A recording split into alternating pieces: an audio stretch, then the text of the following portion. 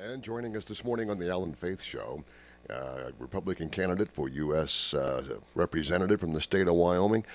And please welcome, if you would, Liz Cheney. Liz, good morning. Hey, good morning, guys. Great Good to be morning. with Yeah, thanks for coming to Sweetwater County. you. No, absolutely. Yeah. Well, I'm excited to be there today and look forward to seeing a lot of old friends. Yeah. All right. You're on the campaign trail. Yep. Full time?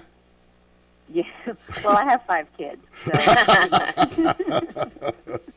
I'm hauling them around too. But yeah, no, I'm really, really dedicated to earning every single vote in this election, and excited about having the chance to be out on the road again and talking to people and hearing their concerns and having the chance to speak face to face with people about why I'm in this race and why I think it's so important.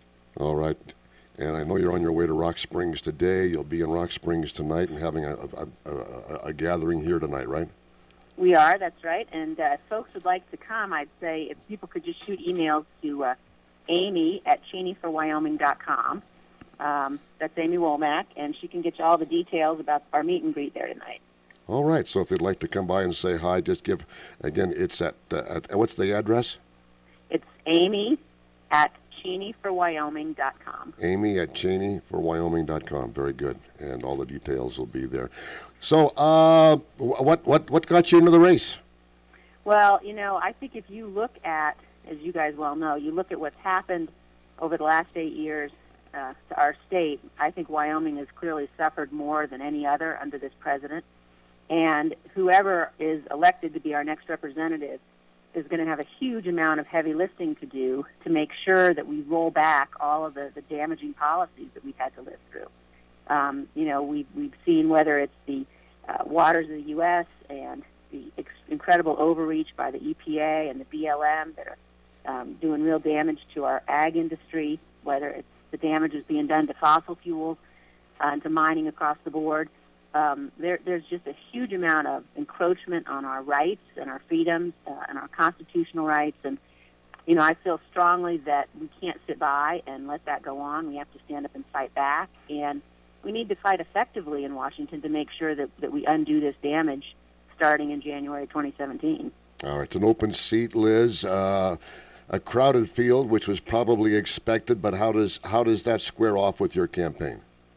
I think it's terrific. I think that for the people of Wyoming to have real choices and options, I think it's always healthier for our democratic process if people have more candidates to choose from. And, as I said, I think that the way that we do elections here is the way they ought to be done all across the country, which is, voters want to be able to take the measure of the candidates. They want to have the chance to sit and have a cup of coffee, hear your views, talk about what matters to them. And I think that the people of Wyoming are going to have a real choice, and I know that they're going to make it responsibly, and particularly when we only have one voice in the House of Representatives. This election matters hugely, and people are, we're going to need to make sure we send back the strongest possible voice. Presidential election this year, typically that brings out more voters than in an off-year election. How does that center with your campaign? Well, it's interesting, of course, because the primary election for this House race is on August 16th. And so, of course, by that time, we will know, who each of the parties is going to nominate at the top of the ticket. So there's not a huge amount of overlap. I think, that, like Republicans all across the country, Republicans in Wyoming are watching what's happening on the national level and watching it with real interest. My sense of things is that there's just a tremendous anger out there at this president and what he's trying to do to this country. And so you see that anger, manifest itself in the huge turnout numbers we've seen now in both Iowa and New Hampshire. I sure, hear it every single day on the campaign trail as I talk to people. But it's an anger combined with a determination to fix it, a determination to elect folks that we know will do the right thing and restore our constitutional rights and freedoms, protect our Second Amendment rights, make sure that we don't have the federal government playing this real, unconstitutional role in our daily lives that it is now. Liz, obviously the daughter of a former U.S. representative, Secretary of Defense, and of course Vice President of the United States. But besides all that, what makes you qualified for this job? Well, I am the one candidate in this race who is a proven constitutional conservative. I have fought for these issues that matter to Wyoming, for our constitutional rights on a national stage. I've shown the ability to go toe-to-toe. When President Obama announced in 2009 that he was going to close Guantanamo, I had started a nonprofit group, and we led the fight to ensure that he wouldn't close Guantanamo, to ensure that people understood we do not want to bring terrorists onto U.S. soil. And that's just one example. I understand what it means, both because of watching my dad, but also in my own experience, what it means when you stand up and you say, I will fight for these issues and values. You're going to get attacked, undoubtedly. But I know what it means to have the courage of your convictions, and I know how to fight this fight and not to be deterred. And I've proven my ability to do that, and I will do that for the people of Wyoming if I'm elected as our representative. Liz, just to explain, we have a text line that comes right into our studio, allows our listeners to communicate with us instantly. And this is a question off the text line this morning, and I agree with the question entirely. I mentioned your dad. Folks want to know, how's your dad? I love getting that question. He's doing so great. He had a heart transplant now a little over 3 years ago, and it has just made all the difference. We, as a family, going through that process and afterwards have been just absolutely lifted up by people's prayers all across Wyoming and all across the country. And so when people ask me how he's doing, I always just want to thank people for all of their prayers for us and their thoughts. It just has meant so much to us. And he loves spending his time now primarily, with his grandkids. He's obviously very interested in this congressional race and a source of great advice for me.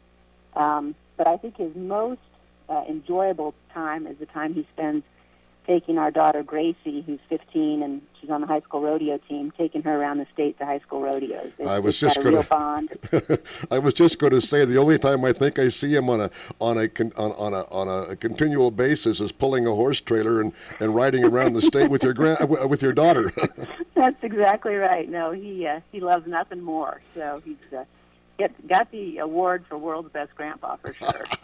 All right. Well, Liz, we'll see you tonight, obviously, but let me ask you, we had another presidential primary last night. Do you have a favorite in this horse in this race?